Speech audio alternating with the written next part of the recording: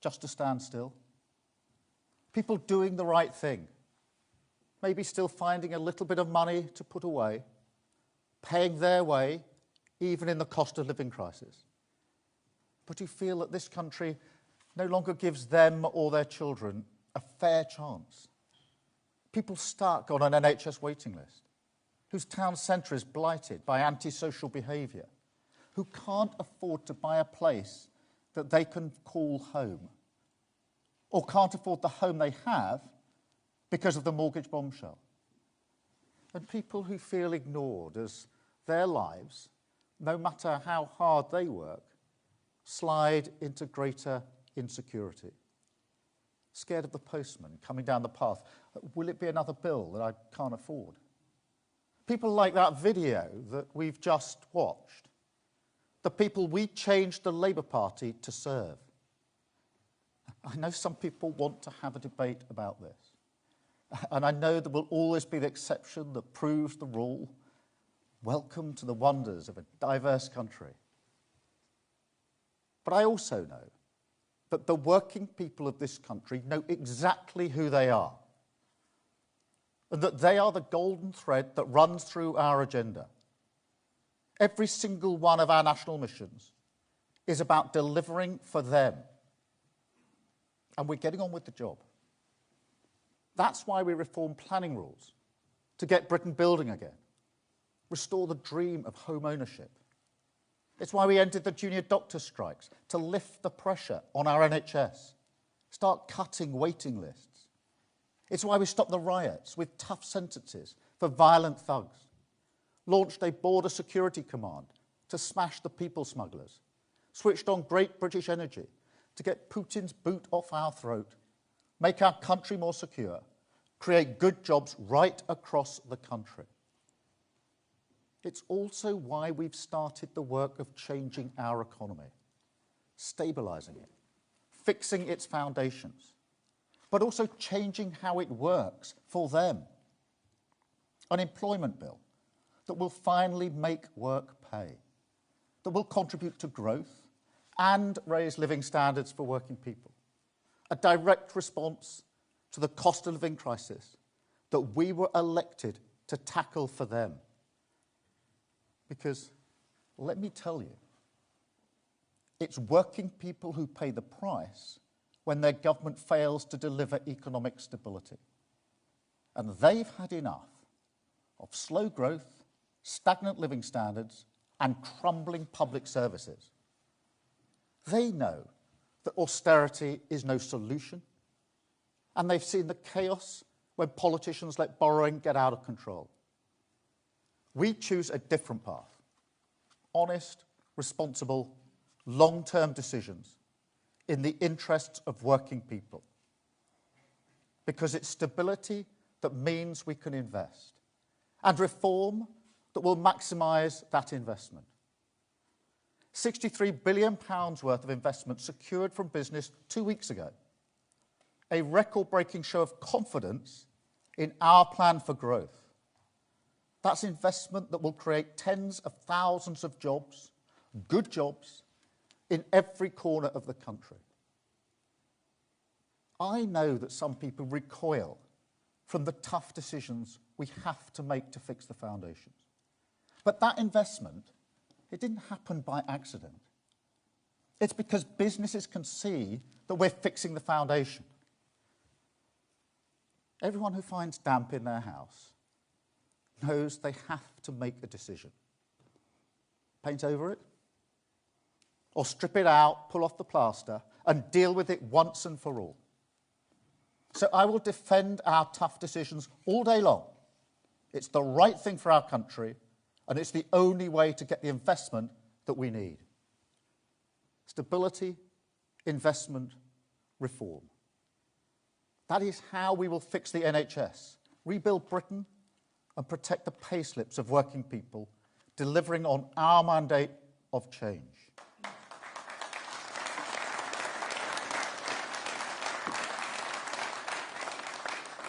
And that's what the budget this week will be about.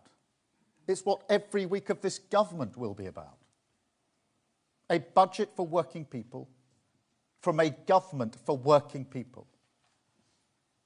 Because returning Britain to their service, that is our fundamental cause, and it never changes.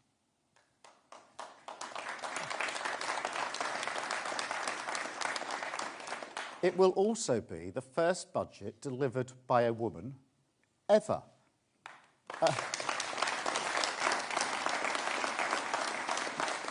That is a moment of pride. When Rachel Reeves stands up, she will be making history. And I can tell you, young women and girls across the country will be watching, they will look up, and they will notice. It will also be a budget which will show to the British people that we won't be distracted from our task, that we will stick to our long-term plan, run towards the tough decisions, rip off the short-term sticking plasters, so we can lead our country, finally but decisively, out of this pay more, get less doom loop, the low-growth Tory trap that for 14 years decimated public services, destroyed our economic foundations, and made working people pay the price. Now, mark my words, that era is now over. We are turning the page on Tory decline, closing the book on their austerity and chaos. Those days are done. They're behind us, and change is here.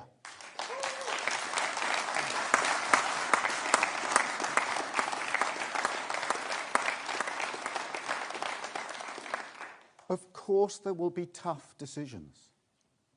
Rebuilding Britain and delivering growth, that'll take the skills and effort of all of us. That's why this budget will also get Britain working. It will pave the way for reforms that tackle the root causes of economic inactivity and make sure that those who can work do work. As a Labour government, we will always help those who cannot support themselves. But the UK is the only G7 country where economic inactivity is still higher than it was before COVID. And that's not just bad for our economy. It's also bad for all those who are locked out of opportunity. So the Chancellor will announce £240 million in funding to provide local services that can help people back into work and the dignity that that brings. A Britain that works for working people, with all those who can playing their part.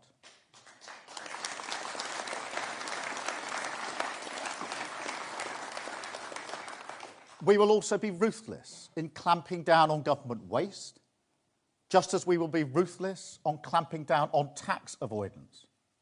So the British people can see that every penny counts. Now, every single person in this country had to do that during the cost of living crisis. And government must be no different. And frankly, when we're asking broader shoulders to carry a higher burden on tax, that determination to be more productive and efficient in government, that's the very least their contribution deserves. And look, nobody wants higher taxes, just like nobody wants public spending cuts. But we have to be realistic about where we are as a country. This is not 1997, when the economy was decent, but public services were on their knees. And it's not 2010, where public services were strong, but the public finances were weak. We have to deal with both sides of that coin. These are unprecedented circumstances. But the budget the Chancellor will deliver on Wednesday will prevent devastating austerity in our public services and prevent a disastrous path for our public finances. That's the reality of what would happen if we'd stuck to Tory spending plans. And it's why we never, unlike the opposition in 97 and 2010, committed to the same spending plans. And yes, things are worse than we could possibly have expected during the election. And the budget will set that out very clearly. I mean, just look at the state of our prisons last week. Where's the Tory apology for that? Watching the prison population rise while they dithered. Too weak either to reform sentencing or build new places. Too scared to conduct a proper spending review, as we've done. Because the damage they knew it would uncover. Oh, they knew. That's why they ran away from that exercise and called an early election instead. They knew our public services were broken. They knew there's a black hole in the public finances. £22 billion of unfunded spending this year, wasting the reserves 3 times over on Rwanda, asylum hotels, propping up a failing train companies. And that's before we even get to the long-term challenges ignored for 14 years. An economy riddled with weakness on productivity and investment. A state that needs urgent modernisation to face down the challenges of a volatile world. A country where people don't just lack faith in politicians to fix any of this, but also wonder whether Britain can, whether we still have the resources to move forward, or whether decline is now an incurable disease. They knew all of that, but I won't offer it as an excuse. I expect to be judged on my ability to deal with this. Politics is always a choice. So we won't hide from our decisions on Wednesday, or for that matter, any day. And besides, as I said 2 weeks ago at our International Investment Summit, we have huge assets in this country, leading positions in the industries of the future, clean energy, artificial intelligence, life sciences, the creative industries, a technical sector that is the envy of Europe, a heritage steeped in science, trade and innovation, and values deep in the bones of this nation, and which say to the world, this country is open for business. This country respects diversity and difference under the same flag. We are still the country known all around the world for our pragmatism and our creativity, the ingenuity and industry of our people. And so if we do grasp the nettle on our economy, if we do fix those foundations, stick to the values and deliver the change working people need, we won't just get through this. Better days are ahead. Seriously, this is an economic plan that will change long-term British growth for the better. We are tackling the biggest challenges in our economy. Higher investment, we're dealing with it. Planning, we're reforming it. The labour market, we're getting people back to work, but also making sure work pays. On competition, we're stripping out the needless regulation that holds back private investment. And all of this built on that foundation of economic stability. That is what fixing the foundations means, what delivering change means. And everyone in this country will benefit from this. Everyone can wake up on Thursday and see that a new future is being built, a better future.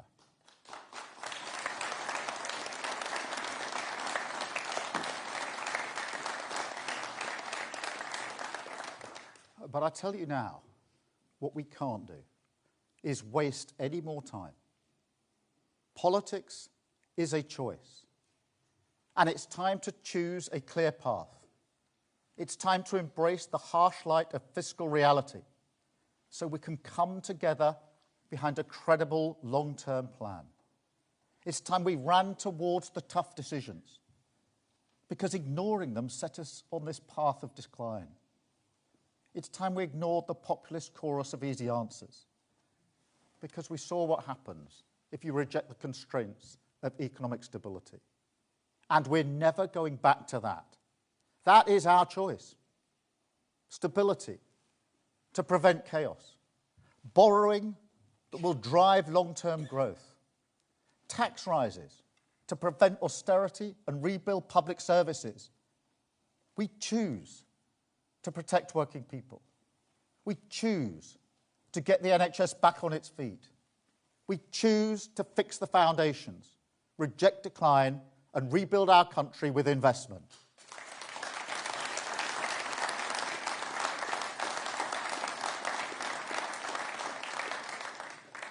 And whilst I'm sure you understand, I can't get into the individual measures before Wednesday, I will say this.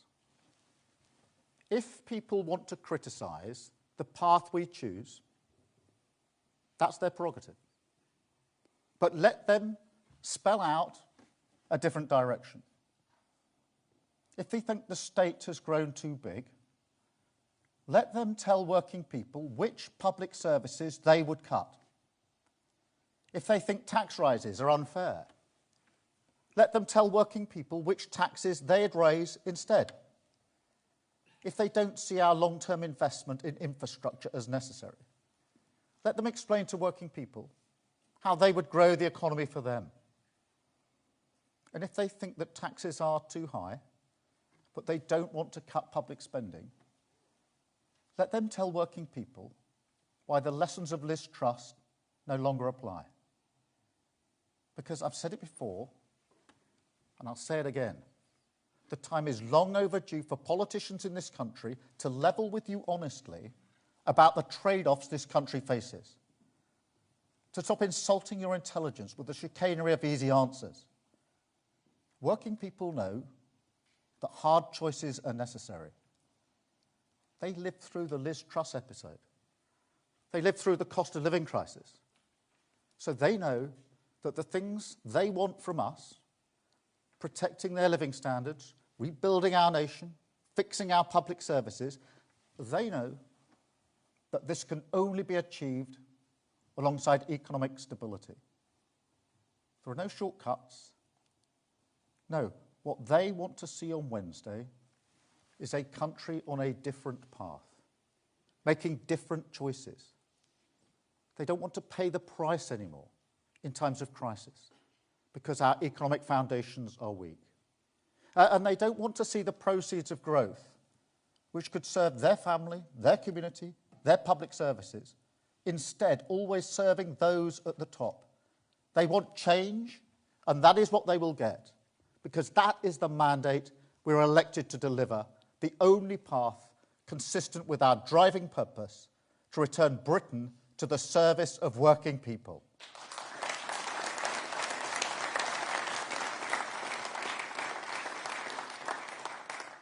That purpose also runs through the priorities we set out in our manifesto. The national missions, which capture the hope working people have for the future of our country. And look, there's a paradox in politics at the moment. All around the world, traditional values, democratic values, values that have underpinned the way countries like ours have operated for years, the pragmatism that is part of our identity, it's under attack. Why? Because people, working people most of all, have lost faith it can still deliver for their family. And yet at the same time, what people want from politics, that hasn't changed. People want a stable economy. They want their country to be safe, their borders secure, economic security, national security, border security. Those are still the foundations everything rests upon.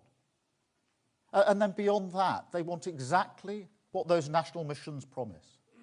A growing economy, safer streets, clean British energy in their home, opportunities for their children, and an NHS that is there when they need it. I know populism preys on the fears that people have, that these things no longer belong to them. But I've never felt that the right response is to ignore those concerns, rather than showing that they can still be delivered. So I'm never going to pick just one of those missions and say that's everything, because every single one of them matters to working people. And for that same reason, I will never turn away from them either. In fact, because I know that actions speak louder than words, because I expect to be judged by the British people. In coming weeks, on every mission, we will publish clear ambitions for this Parliament. And we will also track our progress against them. So every single person in this country can see exactly how we measure up to the things that matter to them. After all, we have 5 years and a big mandate. So working people will not accept any excuses. They want to see us build 1.5 million homes, make sure a record number of children start school ready to learn, raise living standards so there's more cash in their pockets, restore confidence that crime will be punished, guaranteed neighbourhood policing in every community, make sure our energy system is more secure by harnessing clean British energy, accelerating towards net zero. And on our NHS, they want us to cut waiting times dramatically to meet the 18-week target that is still the best benchmark of an NHS that's back on its feet, facing the future, and once more, a beacon of pride to the world.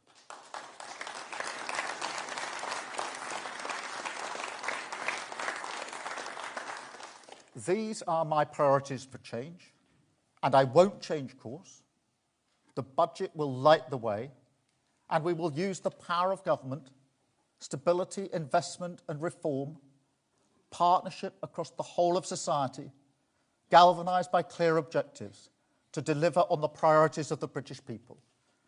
The foundations fixed, public services renewed, a country rebuilt by investment, released from decline, returned once more to the service of working people. Now that is the course we set this week. That is the driving purpose of this government, and that is the change that we will deliver. Thank you very much. Thank you.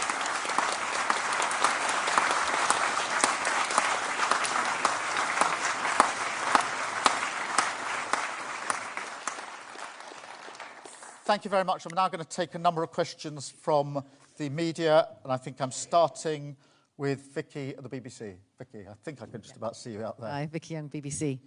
You're promising to be honest with people, but isn't this turning out to be a budget of sneaky tax rises? You're putting up employers' taxes, which will be passed on to the working people that you say you want to protect.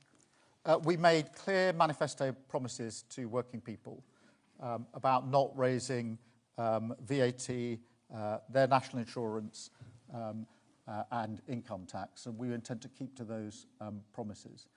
But the purpose of the decisions that we're making this week are to ensure that we do stabilise our economy and ensure that we've got the foundations to rebuild our country. And that is vitally important.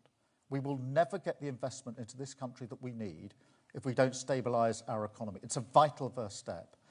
And that's why I said it's a bit like people, and everyone will have had this experience of damp or cracks in your house, and you take a decision. Am I going to paint over it and hope for the best? The same thing always happens. The damp comes back, the crack's still there. Or do it properly from the outset. We're going to do it properly. We're going to fix the foundations. That's why we'll take the difficult decisions that we need to take on Wednesday and rebuild our country. Thank you. I've got Harry from ITV. Thank you, Prime Minister. You talk about being honest and being realistic. Shouldn't you be honest that for many working people, the amount they will pay in tax will be going up after your budget? And if you can't be honest about that, then shouldn't the public have every right to feel let down and to lose faith in your government after this budget? Let me be clear. So far as working people are concerned, I'm concerned with what's in their payslip and making sure that there is no more tax in their payslip. And that matters to people because we made that promise to them. And honesty is really important here because we're facing really difficult decisions. And I'm not prepared to continue with the fiction that we've had previously over the last 14 years. Where there are problems, we'll identify them and we will fix them. And because we are fixing them, we will have the foundation to rebuild our country. And that's what I mean by levelling with people, not pretending there are easy answers. And that's why I say, for those that want to criticise our course, the path that we've chosen, let them tell us what they would do, what different path that they would take to fix our country. Which public services would they cut?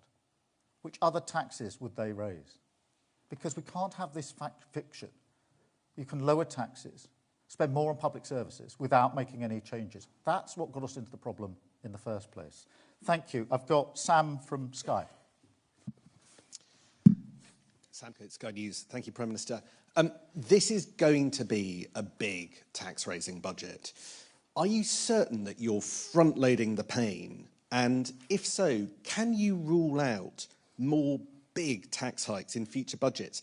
Because there's a fear that we're just going to go through all of this again in a year's time when, for instance, you realise that you haven't got a plan for how to pay for things like social care. Well, let me take that head on, Sam, because I fundamentally believe that we need to run towards the tough decisions. I fundamentally believe we have to fix the foundations so that we can build a better future. And that's tough. That's difficult. But that's why we're taking the decision on Wednesday to do it, because it's the right thing to do, and it's the right thing for our country. And I think and believe that it will also allow investment to come in, secure that we're a government that's prepared to do the tough things to stabilise the economy. Now, 2 weeks ago, we got £63 billion worth of investment in our international summit. That's an unprecedented amount of money. And many of those investing said it's because they've got confidence in the way that we're approaching the economy. That doesn't happen by accident. So if you want a sort of proof point, if you like, that the tough decisions we're making to stabilise the economy do trigger the investment that we need, I would point to that investment summit. And I'm absolutely confident that other money will follow in. And that's measured in good, well-paid jobs across the country, which is what we were elected to deliver for working people. Thank you, Sam. I've got Chris at GB News. Prime Minister, thank you. On Friday in County Durham, a pensioner and former miner called Billy Pounder told GB News how he moves his heater every day from room to room to keep warm. He blamed the withdrawal of the winter fuel allowance for this. He said to us, "I wish I hadn't voted Labour. There are millions like Billy Pounder out there worried about your budget. What would you say to Billy Pounder? And was he wrong to vote for you?" Well, what I would say is that I do understand the concerns that people have. I genuinely do.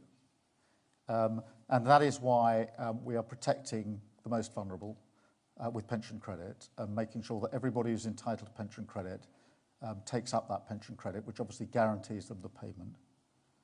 But we are also fixing the foundation, stabilising the economy. And what that allows us to do is to commit absolutely to the triple lock. And that means that for millions of pensions next year, they go up by up to £475 on top of the £900 or so this year. And that's why I can say that every pensioner will be better off under a Labour government that takes the difficult decisions to stabilise the economy. Thank you, Chris. I've got Dave from the Mirror.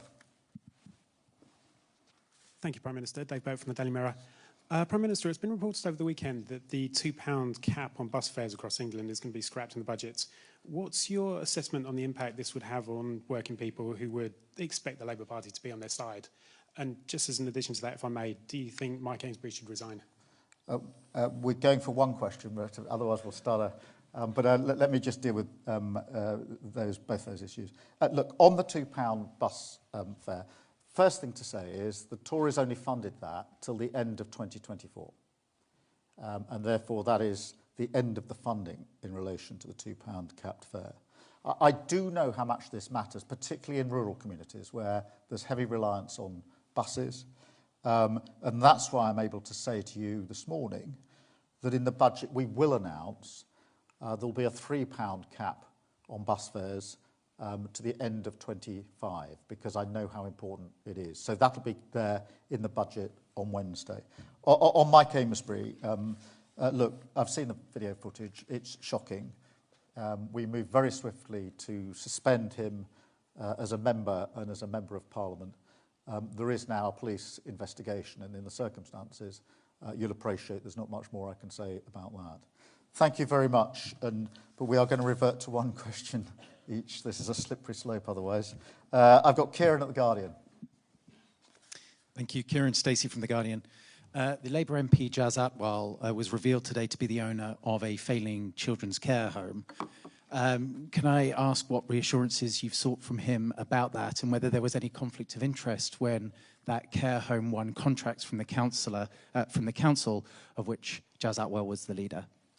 Yeah, look, Kieran, thank you for that. I'm not across the full details of this, although I've seen the story. And what I would say is that I would expect anyone in a situation like that to take their responsibilities seriously. Thank you. Lucy from the FT. Thank you, Lucy Fisher from the Financial Times. Prime Minister, your Chancellor has confirmed that she's changing the debt rules to borrow more to invest in capital expenditure. Do you accept this is a move that pushes up interest rates? And what's your message to people with mortgages or debt that will become more expensive as a result? Thank you. I'm not going to preempt exactly what the Chancellor will say on Wednesday, but I have been really clear that we have to move to a situation where we invest in the future of this country, where we invest to ensure that we get the better jobs that we need, we have the infrastructure that we need. And so part of what we will say on Wednesday is first how we're going to fix the foundations and deal with the problem that we've inherited, but secondly how then we rebuild the country. And investment is an important part of that story. Precisely how that will take place will be set out in detail on Wednesday. I do not accept the proposition that it'll have an impact on interest rates. Thank you. Max from The Times.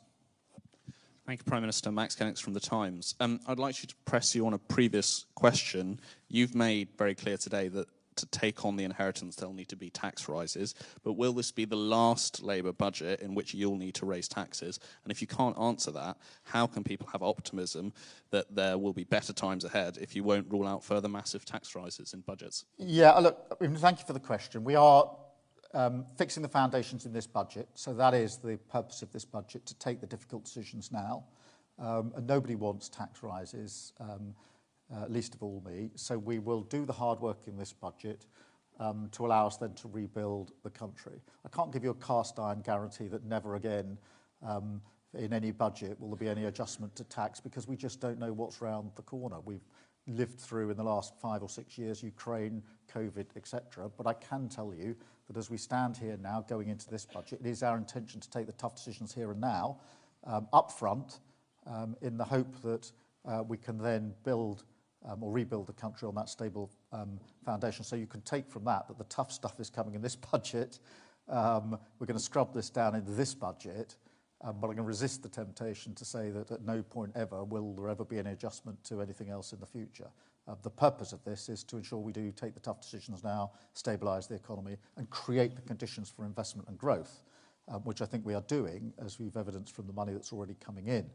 So that's the approach, take the tough decisions now, and do it at this budget. So you can expect to see pretty well all of that in this budget.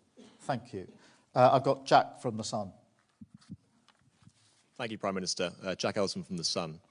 Every day, millions of people across the country will get in their cars and go to work. So would any hike to fuel duty on Wednesday be a direct hit on the working people who you claim to champion? Well, I know this is a particular concern to your readers. And I'm not going to preempt what happens on Wednesday, but obviously this is an issue that comes up at every budget, and you'll see how we deal with it at this budget. But I do understand how important it is. I understand what you're putting to me, and I know how important it is to you, your readers, and others. Thank you. I've got Kamal from the Mail. Kamal Jaffer, Daily Mail. Prime Minister, new polling this morning suggests that the majority of voters would prefer Wednesday's priority to be lower taxes ahead of investment in public services. Do you feel your government's priorities are out of step with the public mood? No.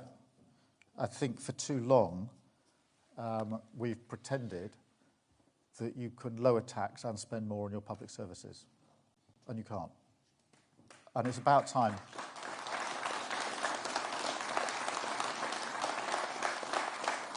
And it's about time we faced up to that.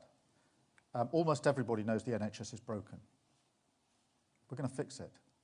We're going to put it back on its feet and make it something we can be proud of again. That's the path we're choosing. And that's what we'll deliver for working people. But what we're not going to do is continue the fiction that's got us here in the first place. The pretense that you can always have lower taxes and that your public services will run properly. Because the last 14 years have shown that is completely and utterly untrue. And people voted for change and we'll deliver it. I've got Luke from LBC. Thank you, Prime Minister. Luke Shanahan, LBC. You've said that people should judge you on whether or not they feel better off within 5 years' time. Is that how long it will take to feel positive effects of what you're doing now? No. The £63 billion in investment that came in 2 weeks ago is about jobs that will be seen around the country, jobs which we will ensure can be put in place as quickly as possible. The money that we will spend on the NHS will make sure that NHS is getting better straight away, the first steps that we've set out. What I was saying is I expect to be judged by what we've delivered after 5 years. We've got a terrible inheritance. I think everybody can see that. It was bad enough with what we did know before the election. It's even worse now we've had a look at the books. Even worse. And we're entitled to spell that out. But as I said in my speech, it's now to us to deliver the change. And we will deliver that change. That's why we're taking these tough decisions. And yes, I expect to be judged on that at the end of this Parliament. Judged by whether we've made people better off, judged by whether the NHS is functioning better, judged by whether our public services are better at the end of a Labour government of 5 years than they were when we started. That's why we're taking these difficult decisions. And I'm very happy, would expect to be, judged by the British public on whether we've delivered on that. And every day I wake up focused on that delivery because we were elected into government to change, and I came into politics to change lives for the better. It's the only reason I changed my career, to come into politics to make lives better. And therefore I'll happily be judged on whether we're able to do so. Our path sets the course for that change. Thank you. And then I've got Mark from the Express and Star. Mark Andrews, Express and Star. Thank you, Prime Minister. You've spoken a great deal about growth and investment. There's been a service published today by the Black Country Chambers of Commerce saying that confidence in small businesses in the Black Country has fallen since the election, that investors, the companies that were planning to make investment in creating jobs have decided to have a wait-and-see approach, store their investment because of fears of what's going to be in the budget. What would you say to give confidence to small, medium-sized businesses in areas such as the Black Country, what you will do for them to encourage them to invest and create jobs in the region? Yeah, well, first let me acknowledge how important small businesses are to our economy. There are many, many small businesses. They're the backbone of our country and our economy. They make a huge contribution.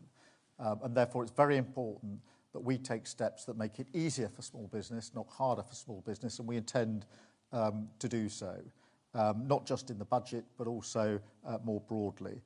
There's the wider questions we're taking on in relation to planning, in relation to regulation, and the inward investment, the £63 billion, which will then go alongside other investment, including investment of small businesses. So let me acknowledge how important they are, and let me reassure them that we intend to make it easier for small businesses, not more difficult for small businesses, because we know how central they are to our economy.